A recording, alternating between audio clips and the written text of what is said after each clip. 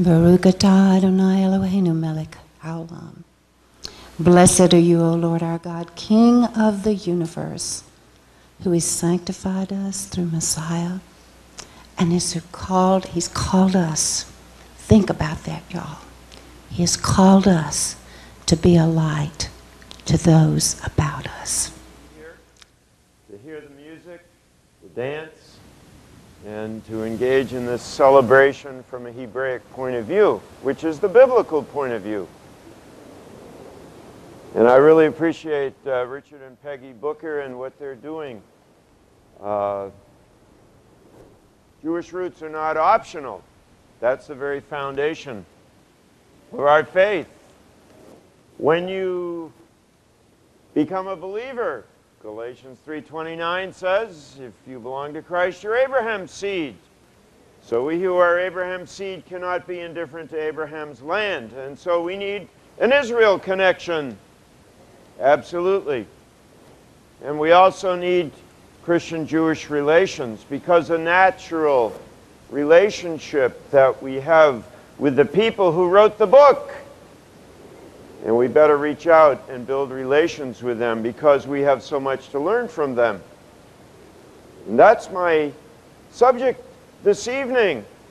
What we have to learn from the Jewish people, because they wrote the book and they have biblical thought, which we need to be able to comprehend, because every time we open the Bible, we don't think Hebraically or biblically, because you and I have been influenced by Western thought, by Roman and Greek thinking, by British thinking through our school systems.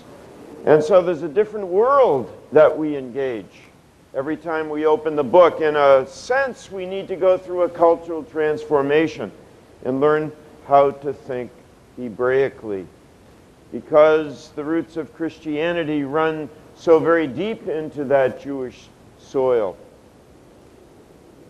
Some 80% of the Bible is the Old Testament, the Hebrew Bible. That's the Bible of our Lord.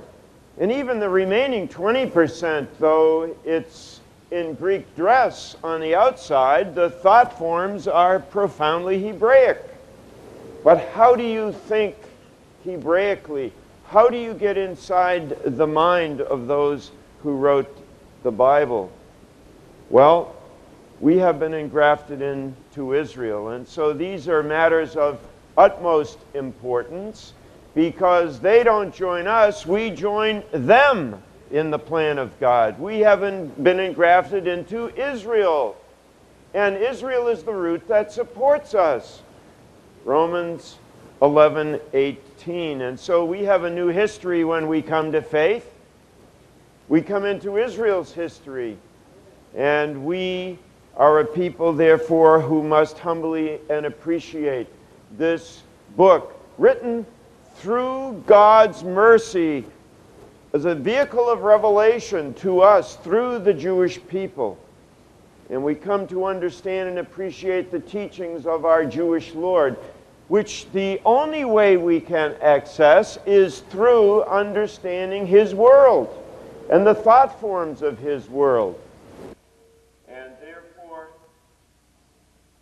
when we have a biblically Hebraic mind, we will begin to see there are some profound differences from what we see out there in the church today, as influenced by the Western world more, and how we think biblically. And so that's what I want to lay out before you tonight. Hebraic holism, H-O-L-I-S-M. Holism means the Bible hangs together There's a unitary way of thinking and living which is baked right into the Bible. But the influence that we have all around us has tended to be a dualistic kind of thinking.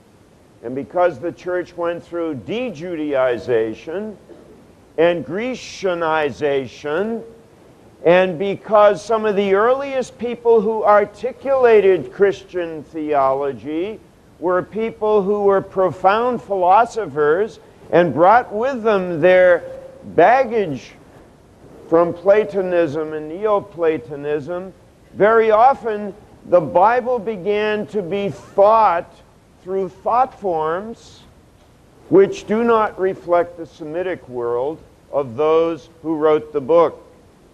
Dualism has had its impact, and people began to, for instance, stress the soul and give emphasis on the soul and neglect the body and deprecate the body. The material world began to be something thought to be inferior to the spiritual world. There were people who said, we got to be heavenly minded and not concerned about earthly things. And yet here's our Lord. The first place he shows up in the Gospel of John at a wedding. And he's celebrating earthly things like marriage. When some were teaching in the early Christian centuries, forget marriage, because you live a higher and a holier life if you renounce marriage. And yet Jesus says a robust yes to the things of this life and this